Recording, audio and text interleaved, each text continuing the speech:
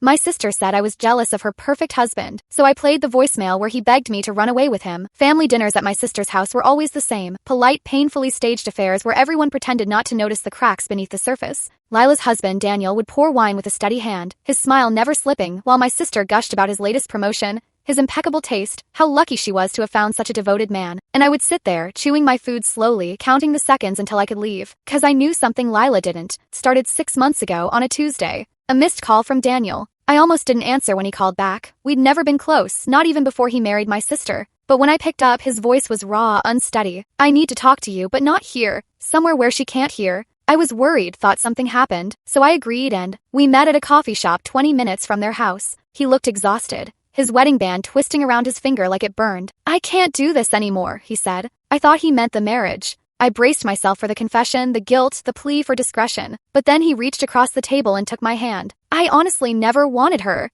The words hit like a slap. I yanked my hand back, my coffee sloshing over the rim of the cup. "What the hell is wrong with you?" He didn't flinch. Just leaned in, his voice dropping to a whisper. "You felt it too. That night at your parents' anniversary party, you know you did." I stood so fast my chair screeched. "What the helly? You're married to my sister." He smiled, actually smiled, like I'd just proven his point. "Exactly. So you understand why we have to leave." I walked out without another word. But Daniel didn't stop. Texts, emails, flowers sent to my apartment with no note. Just a single red rose, the kind Lila always said was so cliché. And then, 3 weeks ago, the voicemail. "I booked 2 tickets. Costa Rica, 1 week from today. Meet me at the airport and we'll disappear. No more pretending, no more her. Just us. You know this is right." I saved it. Not because I considered going, but because I knew sooner or later Lila would accuse me of exactly what Daniel was offering. And I'd need proof of just how wrong she was. Confrontation happened at Sunday brunch. Lila had been needling me all morning. Little jabs about my lack of commitment, I was happily single. My unrealistic standards, I'd rather chew glass than settle for a Daniel. And of course the classic, "You've just never liked him, have you?" I sipped my mimosa. "Not as much as you do, apparently." Her smile tightened. "God, you're pathetic. You've been jealous since the wedding." That's when I saw it, the flicker in Daniel's eyes.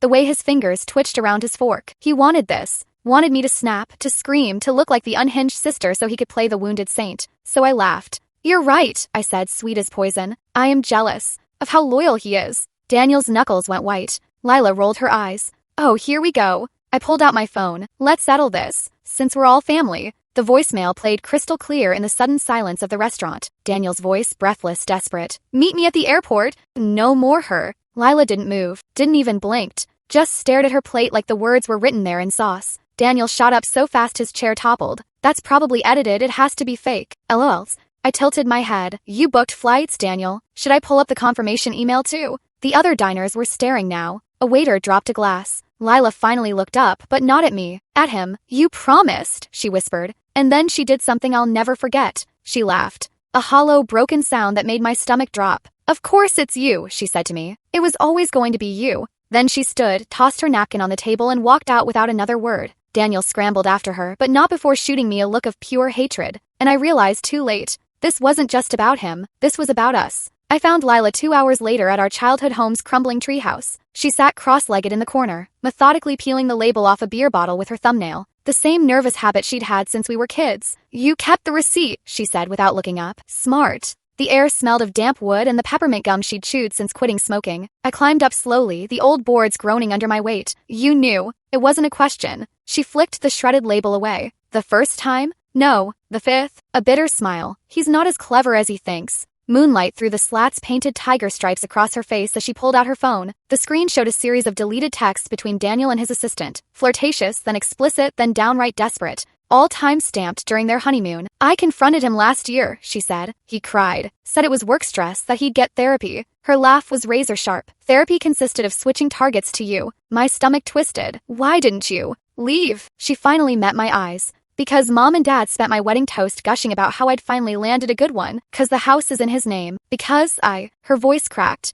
"I thought if I just loved him better." The admission hung between us like the old tire swing still rotting in the oak outside. I reached for her hand, the same way I had when she broke her arm at 9 when her college boyfriend dumped her when Dad forgot her graduation. She took her hand away and said, "Don't, not after what you did." Ice flooded my veins. "What I did? You recorded him." Her eyes gleamed with something dangerous. "You had proof for months and only used it to humiliate me." Treehouse seemed to shrink around us. Lila reached into her pocket and slid a battered flip phone across the floorboards. "Play message 7, she said. The recording crackled to life, Daniel's voice but different. Smug. "She'll never believe you over me. Not after what happened with Jake." My blood turned to ice. Jake, our childhood neighbor. The boy Lila had loved at 16, until he'd shown me those private photos of her. I kept his secret for 3 awful days before confessing. "You knew I regretted that," I whispered. Lila's smile was a razor. "Daniel found Jake at a bar last year. Got the whole story." She tapped the phone. "This was his insurance policy in case you ever spoke up." The pieces snapped together. Daniel's sudden interest in me, the carefully timed voicemail, the public confrontation he'd engineered. He hadn't wanted to run away. He'd wanted to run me off. Lila stood, brushing splinters from her jeans.